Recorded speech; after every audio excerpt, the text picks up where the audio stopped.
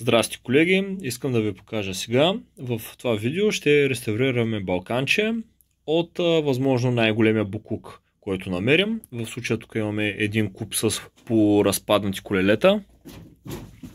Тук някакви капли. Разгледах части, които са ми налични. Мисля, че мога да събера две колета, които да бъдат абсолютно пълен комплект. И така, айде почваме. Така, колеги, харесах две рами, сини. Сега какво ще направим? Двете рами първо ще ги огледаме, ще видим имат ли нужда от заварки и така нататък. Последствие ще ги разглобим, ще ги изкурим и ще ги подготвим за боя. Само тук искам да наблегна на един интересен детайл. За този тип рама с такъв тип разглобяване, това е оригиналният венец. Този венец не се е слагал. Така. Другото, което е, имаме само един брой степенка. Ще видим. Ще се наложи да намерим още една. Скобки тук имам налични. Ще ви покажа в последствие как да ги почистим и да ги върнем на велосипеда. Кормилото се опитах да го развия, обаче е блокирало. Така че болта ще го накиснем. И така, вилките им не са посукани. Обикновено вилките на балканчетата са доста слаби и от най-слабия удар се посукват, затова е нужно да ги оглеждате добре. Така, колеги, значи тук скобата много яко е блокирала, включително не стана и с нагряване, затова този болт тук ще го изрежа просто с шлайфа. Така, готови сме, резнахме го. Сега продължаваме с разглобяването и всички детайли ще ги съберем на едно място, ще видим кой може да се почисти и да се върне към живот, а който не може, просто ще го заменим. Така, колеги, основното го разглобихме, сега остава тук да избием чашките и на вилките да избием тук тая хромираната част. Имах малко заигравка с този венец, тъй като тук конуса беше блокирал много, обаче заиграли големия чук, всички сме равни. Така, всичко е готово, изкарвам средните движения, избивам от чашките и тук тая декоративната ламаринка и вече може да почнем да сваляме боята и ръждата. Така, колеги, тук искам нещо да ви покажа. Това е една от вилките, които ще ползваме, обаче както виждате отгоре ламаринката е доста корозирала. Хрома е заминал и положението е или да се хромира наново, или да се използва друга. В случая това показва колко е важно да имаш резервни части. Ще използвам тази, като тази вилка явно е блъскана и както виждате е доста посукана. И на така. Това се избива лесно с две отверки, обаче е много важно да внимавате да не огъните ламаринката. Не е сложно, но просто иска да се работи внимателно. Айде продължаваме. Тъй, колеги, махнах средното движение. Сега ще развия и тия гайки. Много интересно, значи явно до някоя година са ги правили с лагерчета, а после започват просто да им слагат съчми. Това с реденето на съчмите малко кофти, ама ще ги оправим. С лагерчета по-лесно. Сега ще махам багажника, въпреки че много хора не го правят с гарги, ги хващате и започвате да мърдате нагоре-надолу, като бавно избутвате да дойде насам. След като се покаже, просто го хващате и довършвате работата. Лесно е, не е сложно, просто много хора това не го правят, като възстановяват такива колелета. Ние обаче ще го направим. Тъй, колеги, готови са. Сега почваме да сваляме боята и ръждата. Инструмента, ръждясала рама и долу-горе готова рама. Детайлите, където не мога да бъркам, ще сложа една телена четка на дрелата и ще ги направя тях. Иначе, долу-горе се получи. В това видео може да го чуете 1000 пъти, обаче използвате ли роторна четка, шлайф, дрелка, шмиргел или каквото там имате, винаги използвайте очила. Винаги. Не е майтап, наистина. Айде. Малко да починим, че ми се наду главата от този шлайф и продължаваме.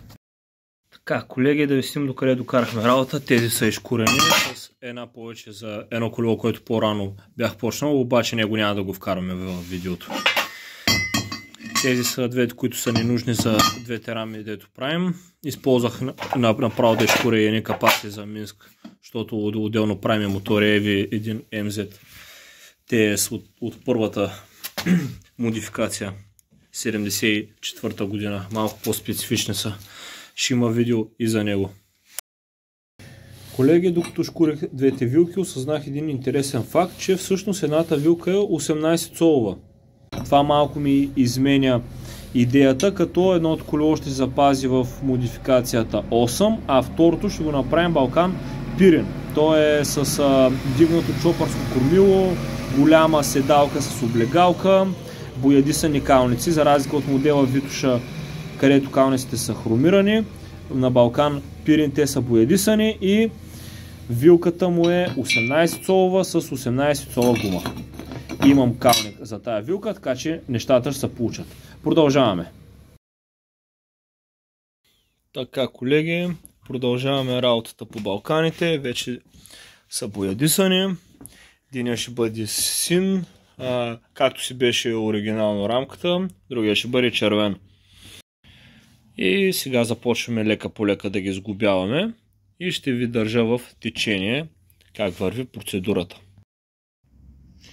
Така, колеги, вече почнах да сглобявам. Като сглобявате, не забравяйте тая шайба отдолу по декоративната ламаринка. Да ви покажа сега един добър метод за спасяване на хромираните части. Първо взимаме телче за чинии. Гледайте да бъде по-меко, ако е по-твърдо може да надере хрома. Минаваме хубаво докато падне повърхностната ръжда, после минаваме с твърдата част на гъба за чинии и накрая полираме с памучен парцал и полиер паста. Така може да си съхраните хромираните детайли, които са запазени. Сега ако ръждата е дълбока, няма как да се спаси, налага се да се хромира наново. И така. Така, колеги, действаме лека по лека. Ще подготвя всичко и ще почна да сглобявам. И нещата, които ги нямаме, ще ги снабдим по време на сглобяването, които са много износени, ще ги поцинковаме. Като например тая скобка, за която ви казах малко по-рано. Още не съм се занимавал да видя дали ще излезе. Тъй като вътре беше бая блокирало, ще опитам с нагряване. Може и да се получи.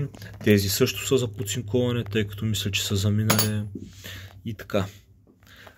Тези тук малко са пукнати и двете от много натягане. Ще видя дали ще опитам по някакъв начин да ги залепа или просто ще ги навия така.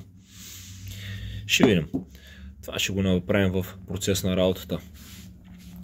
Продължаваме, колеги. Да покажа един лайфхак за набиването на тая чашка. Подлагате един голям гайчен ключ и леко почвате да чукате равномерно от всякъде. Разбира се, отдолу намазвате тук хубаво с грес, така че да се хлъзга по-лесно. Тая вече я набихме. Сега ще я запърша, тъй като я нацапах и започваме да сглобяваме. Така, колеги, да ви покажа докъде сме. Вдигнах ги на вилките, рамите. Тук започнах да отделям неща, на които да наблегна и после да закарам за поцинковане. Както виждате, тук хрома е заминал, така че няма да ги хромираме, ще ги закарам на цинк. Това също. Това първо ще се опитам да го изкарам. Опитах на място да го напъна, не стана, даже се заобле. Затова ще го нагрея хубаво с горелката. Тук ще заваря една гайка. Няма на къде да ходи. Ще го изкараме. Така. Тук резбата е развалена. Мисля, че го споменах малко по-рано, може и да не съм. Така че ще я минем на флашка, за да я възстановим. Седалката. Този тип седалки, гумена, са използвани след 1987 година. До тогава са едни кожени седалки, долу-горе същата линия, обаче кожа. Сега, тази седалка е, що годе хубава, тук където е напукана, повечето от този тип са тук напукани, мисля, че ще се получи, ако го залепа с разтопен силикон. А отдолу, това оригинално е поцинковано, цинка е сравнително запазен, мисля, че ще мога да го съхраня. Само задната част е поръждясала, затова двата болта ще ги развия, тая част ще я изкарам и ще я поцинковам. Сега, тези са за боя, да ви покажа докъде сме с педалите. Този тип педали са използвани до 1987 година. После са един малко по-различен тип. Всъщност аз мога да ви покажа кои са. Такъв тип са. Тези са от 1987 година, някъде до 90, началото на 90-те години, тъй като после са изцяло пластмасови. Така, тези педали са хубави, просто цинка вече е заминал, затова ще ги разглобя, ще ги почиста от ръждата и ще ги поцинковам. За това нямам, така че ще търсим, намират се. Все още се намират части за балканчетата. Тези ще ги поцинковаме, ще ги почистим, така че мисля, че всичко се получи. Венци, имам и два, които са доста лоши, но имам два хубави.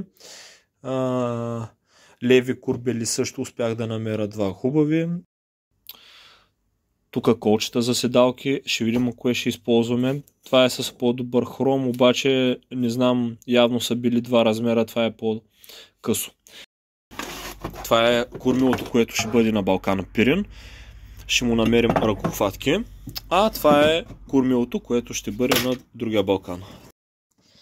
Така, колеги, педалите са разглобени. Тук са всички съчми, гайки и шайби.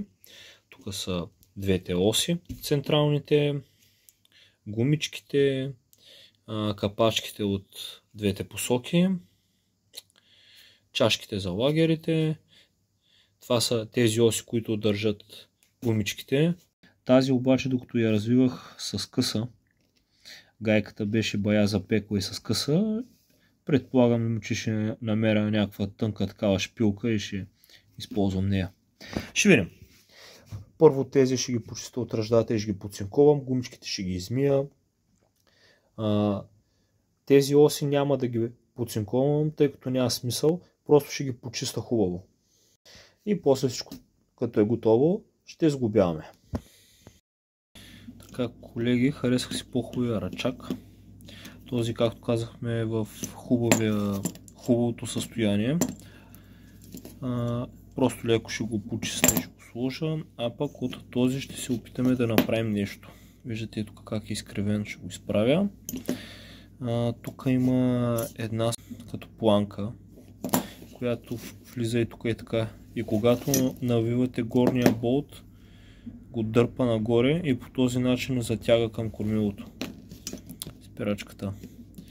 Това тук го нямаме, така че това ще го разглобя и ще измайсторя същото.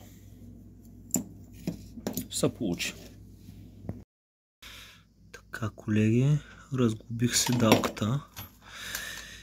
Сега тази оса ще я развия, да изкарам целият механизъм. Ще го поцинковам. Тези двете са добри, ще ги почиста на място. Тези са хромирани, мисля, че са добри, ще ги почиста. Другото ще го поцинковам и сглобяваме всичко отново. Тъй като видеото ще се получи доста дълго, ще го направя на няколко части, за да не е досадно за гледане.